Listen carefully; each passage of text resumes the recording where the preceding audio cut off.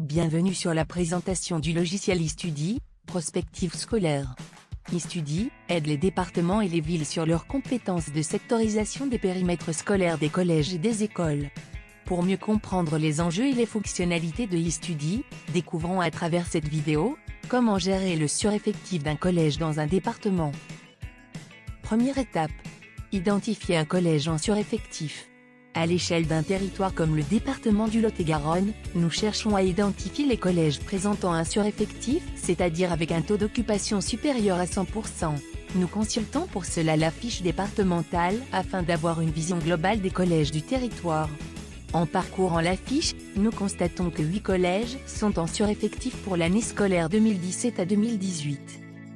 Intéressons-nous de plus près au collège Kessel situé à Montflanquin. Nous nous rendons sur sa fiche collège afin de voir en détail si les prévisions d'effectifs confirment cette tendance au sureffectif.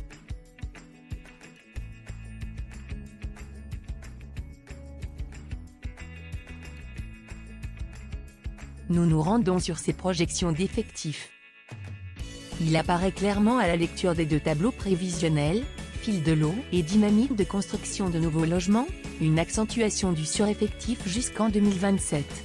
Il est donc nécessaire de soulager cet établissement en répartissant certains élèves sur un ou plusieurs collèges voisins.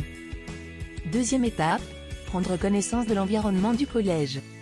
Pour connaître le ou les collèges qui seront impactés par la modification d'effectifs du collège Kessel, nous nous intéressons au périmètre de recrutement voisin depuis le module cartographique.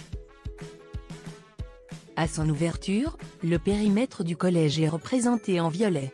À l'aide des couches d'habillage, nous affichons l'ensemble des secteurs de recrutement pour identifier les collèges voisins. Aussi, nous affichons l'ensemble des élèves du périmètre de recrutement de notre collège, symbolisés par des étoiles roses, afin d'avoir un aperçu de la densité d'élèves par commune. Limitrophe au secteur de Kessel, intéressons-nous au collège Boucheron situé à Castillonne, au nord-ouest, marqué par un périmètre bleu. Nous constatons en le survolant que ses effectifs, à la rentrée 2017 sont de 225 élèves, pour une capacité d'accueil de 300, ce qui indique un sous-effectif.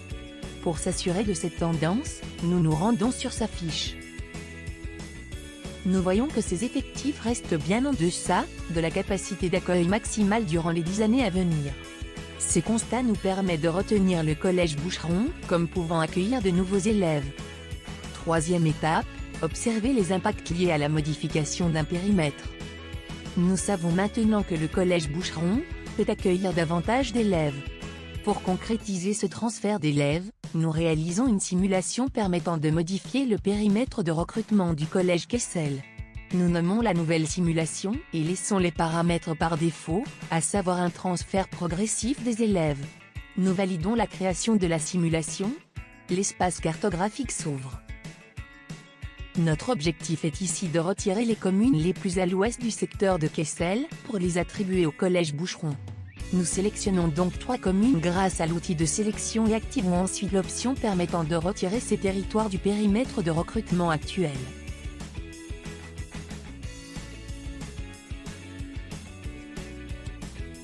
Une fenêtre nous indique alors que 3 communes sont sélectionnées et comptent au total 72 élèves. Comme prévu, nous choisissons de transférer ces collégiens vers le collège Boucheron.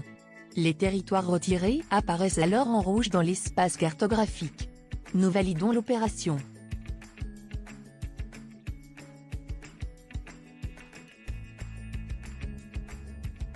Afin de constater l'impact de cette simulation sur le collège, nous consultons sa fiche simulée.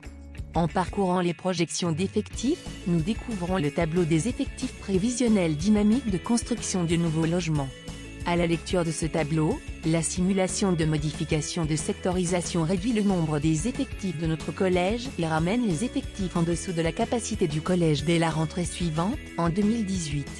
A l'inverse, le collège impacté voit ses effectifs augmenter, mais sans atteindre de sureffectif jusqu'en 2027.